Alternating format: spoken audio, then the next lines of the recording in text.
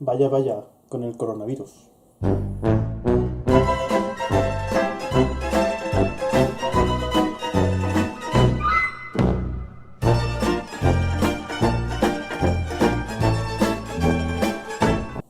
Vaya, vaya con la gente.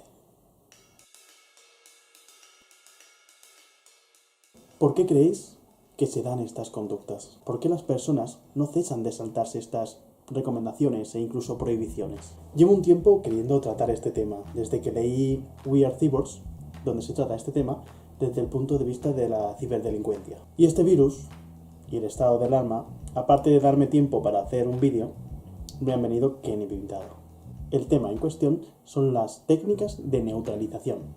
Se trata de racionalizaciones que ayudan a las personas a rebajar la tensión, culpa o vergüenza que sienten cuando transgreden una norma legal o social. Pero expliquemos antes unos conceptos. Mazza y Sykes, los autores que trataron este tema en 1957, ya ponían de relieve algo importante sobre el comportamiento desviado. No se trata de demonios alojados en la mente o estigmas del cuerpo, sino de un comportamiento social, aprendido e inserto en el contexto de la interacción social. Sutherland, en su teoría de la asociación diferencial, señalaba que el aprendizaje del comportamiento criminal incluye también el de técnicas para cometer el delito y motivos, razones, racionalizaciones y actitudes favorables a la violación de la ley. Sutherland no trató el contenido en sí de lo aprendido, sí lo hizo la teoría de la subcultura, que consideraba que esos valores desviados eran una inversión de lo establecido como respetable, de lo conforme. Cohen consideró que este desarrollo subcultural nacía y se desarrollaba como oposición, en este caso, a los valores dominantes. Sykes y Mazza no comparten esta visión. Ellos teorizaron acerca de los delincuentes juveniles, pero aquí haremos una pequeña extensión a todo el mundo. Consideran que el delincuente, si creyese que su comportamiento es correcto, no sentiría culpa o vergüenza al ser detectado o detenido. En cambio, se sentiría indignado o como un mártir, pero según la evidencia, sí que existe esa culpa y vergüenza. Pero estos autores contraponen a la teoría de la subcultura otro detalle. Estas personas, estos delincuentes, suelen admirar y respetar a las personas que sí respetan la ley, a la gente honrada en general. Otro aspecto es que estos delincuentes pueden mostrar resentimiento ante comportamientos ilegales realizados contra personas significativas para ellos, ya sean de su círculo cercano o figuras famosas. Esto significa que, en realidad, sí reconocen la validez moral del sistema normativo dominante, al menos en algunos aspectos. Otra evidencia que aportan Sykes y Mazza es que estos delincuentes diferencian entre las personas que sí pueden ser victimizadas y las que no. No suponen justo o correcto actuar contra ciertos grupos, mientras que otros distintos serían objetivos de fechorías por definición. Definirían la potencialidad de ser víctima en función de la distancia social entre el delincuente y los otros. Podéis daros cuenta de lo bien que funciona este argumento en ambas direcciones en cuanto a clases socioeconómicas.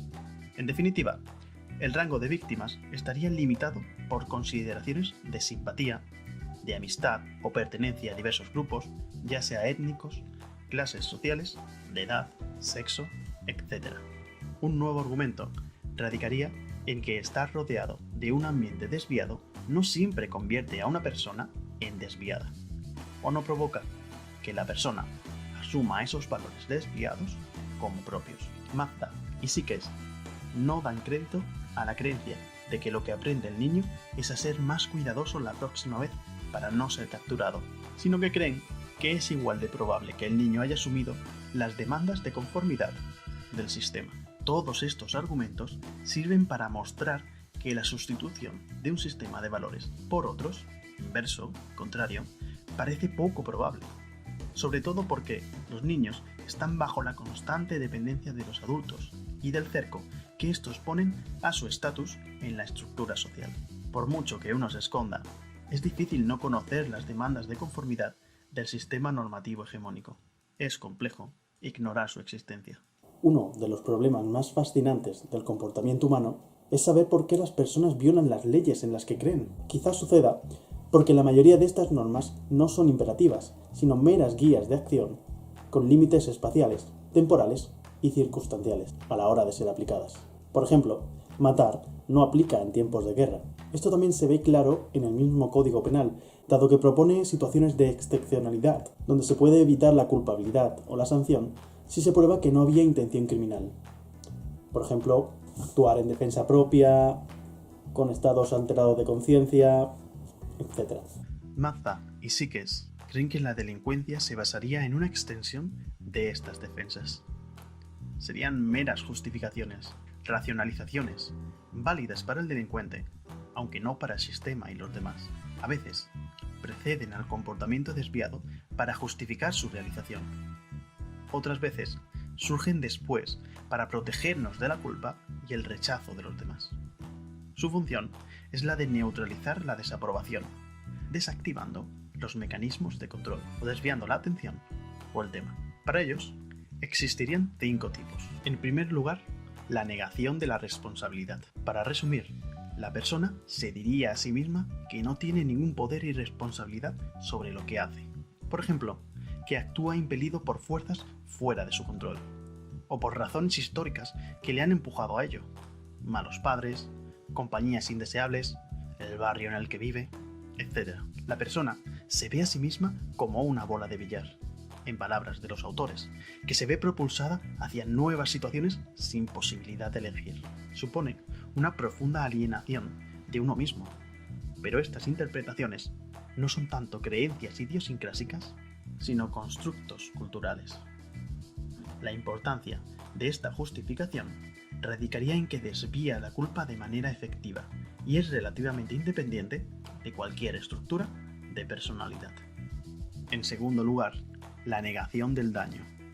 Los autores indican que en la base de esta neutralización existe una distinción que ya existe en el derecho penal, la que distingue entre aquellos actos que están mal por sí mismos y aquellos que son ilegales, pero no inmorales. Quien se justifica con esta categoría pensaría que lo que ha hecho está mal según si alguien ha salido herido o no, e incluso esto está abierto a interpretaciones. Por ejemplo, si la persona afectada puede permitirse el daño, entonces parece disminuir la gravedad del comportamiento. En definitiva, esta neutralización favorece que la persona sienta que su comportamiento no comporta ningún gran daño pese a ser contrario a la ley. Mientras que la anterior técnica rompía el vínculo entre el individuo y sus actos, esta rompe el enlace entre los actos y sus consecuencias. Otra técnica es la negación de la víctima, que consiste en creer que el daño al otro no está mal a la luz de las circunstancias. Ya no se hablaría siquiera de daño o mal, sino de represalia legítima o castigo. Quien comete el acto desviado se transforma en vengador, la víctima en malhechor. En el pasado, e incluso hoy en día, esta técnica habría servido para justificar ataques homofóbicos a minorías que, por ejemplo, estén fuera de su lugar, el vandalismo contra profesores injustos, robos a personas adineradas o que son sospechosas de asuntos turbios, etc. Y esas creencias no tienen por qué estar basadas en algo real, sino que pueden existir solo en la mente de la persona. Así, la persona sufre de una especie de síndrome de Robin Hood. La negación de la víctima funciona también si la persona está ausente físicamente, es desconocida o se trata de una vaga abstracción, por ejemplo, en robos a grandes superficies. En cuarto lugar, la condena de los condenadores, o rechazo a los rechazadores. La persona dejaría de enfocar su comportamiento para desviarlo hacia los motivos y comportamientos de aquellos que no aprueban su violación de la norma. Sus condenadores le parecerían hipócritas, desviados en secreto. Si a ello se añade cierta actitud cínica ante las personas que expresan o protegen las normas sociales, esta técnica resulta crítica. La policía, de repente, sería corrupta, estúpida, brutal. Los profesores, afectados de favoritismo, etc. Esta actitud provocaría que las recompensas por mostrarse conforme a las normas se transformarían en un asunto de empujar o suerte, infravalorando la posición de aquellos que quedan del lado de la ley. La función de esta técnica sería la de cambiar de tema, dar la vuelta a la tortilla. De repente, En una conversación sobre sí misma, la persona habla de otros. El mal de otros hace más pequeño su propio mal, o se pierde de vista. En último lugar, apelar a lealtades superiores. Situación en la que las demandas generales de la sociedad serían neutralizadas por las demandas de grupos sociales menores a los que pertenece la persona. Pueden ser la familia, grupo de amigos u otros grupos de influencia. Mazda y Sikes indican que en este caso la persona no tiene por qué repudiar necesariamente los imperativos del sistema normativo dominante, a pesar de su fracaso cumpliéndolos. La persona puede creerse atrapada en un dilema que ha de ser resuelto y que, desafortunadamente, lo hará en contra de la ley. Las normas sociales no se rechazan, pero existen otras que ejercen una presión mayor o que involucran una mayor lealtad. Son prioritarias. ¿Son estas técnicas suficientemente poderosas como para proteger al individuo frente a sus propios valores internos? Al final, muchos sufren culpa y vergüenza, pero no hay duda de que estas técnicas son críticas a la hora de reducir la influencia y la efectividad del control social. Sea como fuere, ante los reclamos de la sociedad general, del estado de alarma en este caso, ha existido un buen número de personas que no han considerado legítimos los imperativos y las recomendaciones. No se trata de asumir una posición de superioridad moral que señale al prójimo, ni siquiera de llamar a la conformidad y perder la actitud crítica, sino que este último apartado es una invitación a la reflexión. ¿Las razones para saltarse estas normas son suficientes para poner en peligro a los demás? Ante esta pregunta, cualquier respuesta afirmativa que no esté refrendada por razones de pura necesidad estará apoyada en alguna de las técnicas que he mencionado. Si no has cumplido con estas normas hoy, al menos eres capaz de hallar cuál es la tuya. No hace falta mucho para darse cuenta de que lo que estipula un gobierno no siempre es lo mejor. Existen leyes que podrían parecernos muy injustas y en ocasiones siquiera tienen en cuenta a los colectivos que tratan de la manera en que deberían. La actitud crítica y la ética deben regir nuestra vida y eso, a veces, va a suponer contradecir a la mayoría normativa. La cuestión es saber distinguir entre esos momentos cruciales y esos otros en los que, sin más, estamos utilizando una de estas técnicas para salir airosos. Es ahí donde puede que resida la verdadera ética de cada uno.